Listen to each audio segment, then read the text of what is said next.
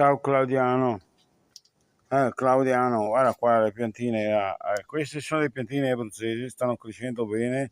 Eccole qua. Ecco, stanno crescendo. Non sono anoressiche e stanno crescendo. Dai, dai, che sono belle che stanno crescendo bene. Ecco, anche queste